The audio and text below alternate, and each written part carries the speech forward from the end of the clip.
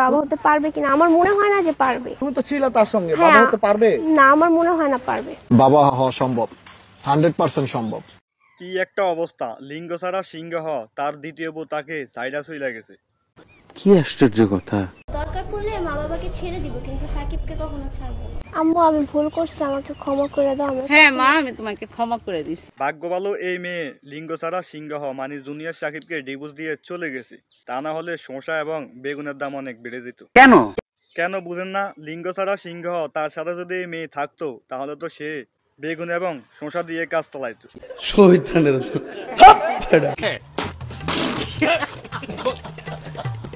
গেলাম ফাঁসিয়া রে, আমি গেলাম ফাঁসিয়া। আল্লাহ পয়সা করছি বিয়া, বউ যাচ্ছে ধোকা দিয়া। বউ তোমারে ধোকা দিব না কি দিব, তোমার জিনিসটাও আরেকজনে আগেই কাইটা লইয়া গেছে। রাতে আমার এই গোপন অঙ্গটা কেটে হাতে নিয়ে চলে গেছে। সাকিবের সাথে আমার বিয়ে হয় নাই, সে আমাকে ব্ল্যাকমেল করে করছে। ব্যাটার তো টুনটুনি আগে কেটে নিয়ে গেছে, তাহলে কেমনে করলো? সঠিক বলেছে। আর সে আমাকে বলছে যে টিকটক করবে, টিকটকের কথা বলে সে আমাকে বাইরে নিয়ে জোর করে করছে। তোর মতো মেয়েদেরকে জুনিয়র সাকিবের মতো যদি লিঙ্গ না থাকে, দারাজ থেকে অর্ডার দিয়ে লিঙ্গ আনিও তোদেরকে করা উচিত।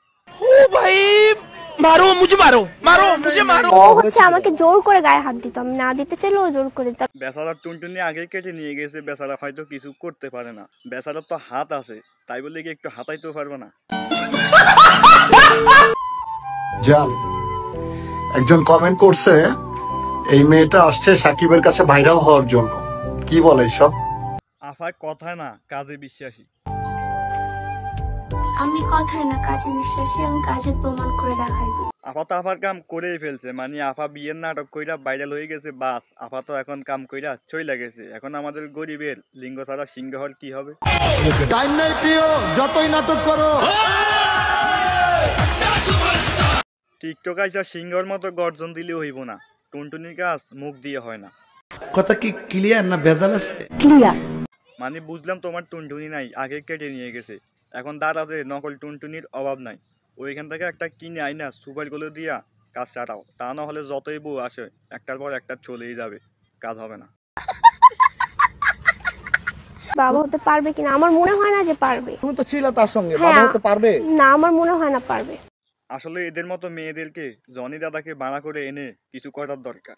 না মানে তুই তো জানাস সে বাপ হইতে পারবে না, তাহলে কেন তাকে বিয়ে করলি, আবার তাকে ডিভোর্সও দিয়ে দিলি? আসলে মূল কথা হলো এদের টার্গেট হইলো ভাইরাল হওয়া। নিঃসন্দেহে তুই ঠিক কথা বলেছিস। ভাইরাল হওয়া শেষ, খোদা হাফেজ, বাস সে এখন ভাইরাল, সে বিভিন্ন প্ল্যাটফর্মে এখন তার একটা পেজ থাকবে, চ্যানেল থাকবে, টিকটক আইডি থাকবে, সেখান থেকে সে ইনকাম করবে। আর তা না হলে ইমুতে সার্ভিস দিবে, এই হলো তাদের ইনকাম সোর্স। বাইরে ভাই, দুদিন পর তাদের নাটক দেখতে আর ভালো লাগে না। আমি তো আমার হালাল টাকা দিয়ে এমবি করি, তাহলে কেন তাদের হিসেবে আমার নাটক দেখতে হইব? তাও সত্য।